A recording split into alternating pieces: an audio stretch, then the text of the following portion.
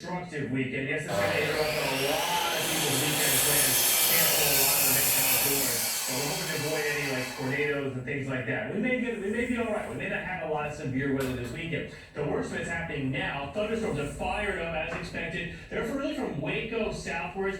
There's one lone thunderstorm that's just north of Waco here, and that has split. There's another little piece of it. They just actually issued a severe thunderstorm warning from Dallas area. So we have to watch Dallas about 30-40 minutes from right now. When that storm gets over the top of you, it could contain some large hail. That's the biggest threat. And so far, that's been the biggest problems. We have had one report of 3-inch hail. That's baseball-sized hail. And that can do significant damage. No reports of any tornadoes. So let's get a closer look at this line of storms.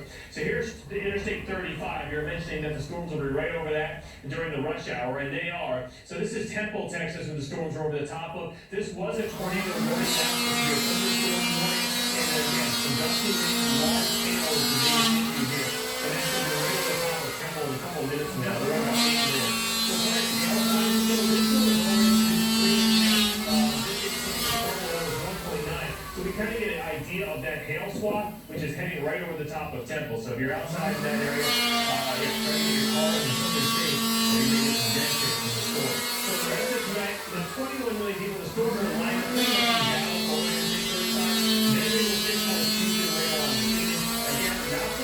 tornado threat, more damage hail. And this area, the storms over now, or in West Texas is where the ones here will be. In case you're wondering about your weekend plans, umbrella weather, great grass growing weather. We got to put a spin on this, Tom. We're having a rainy Saturday in New England. Mid-Atlantic, yesterday was not too bad. It was pretty cloudy on Saturday, but it was really rainy Sunday. It's going to form around D.C., eastern North Carolina. Eventually, you may get a dry Sunday morning in New England, but then it will pour Sunday evening, and unfortunately that continues in many areas from northern New England as we go into our Monday time. But yeah, it's going to be kind of a watch out. Baseball,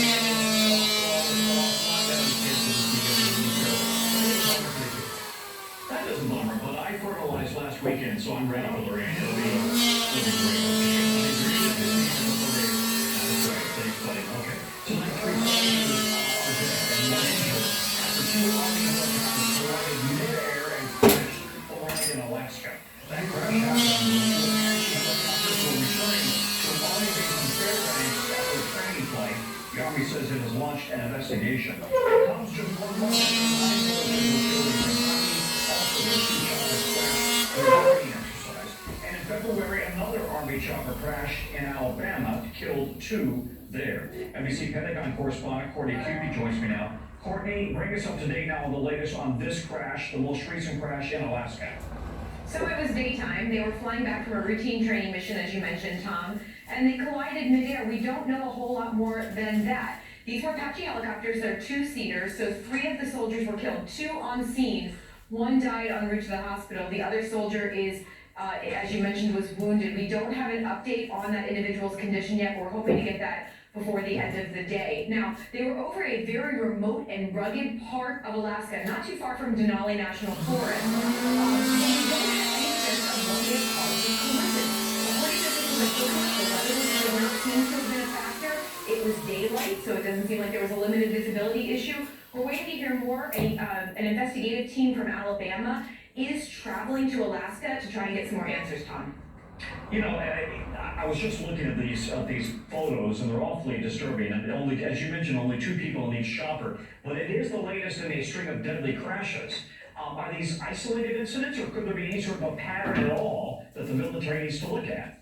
So the reality is these were different platforms. So the 2 Blackhawks versus the Apaches, and the weather conditions were different. The area was conditioned. There was no similarity between the crashes. They're all unrelated assets. In situations like this, as you well know, it wouldn't be uncommon for there to be some sort of pause in operations to try to figure out if there's some sort of pattern here. Not because there's a platform issue of mechanical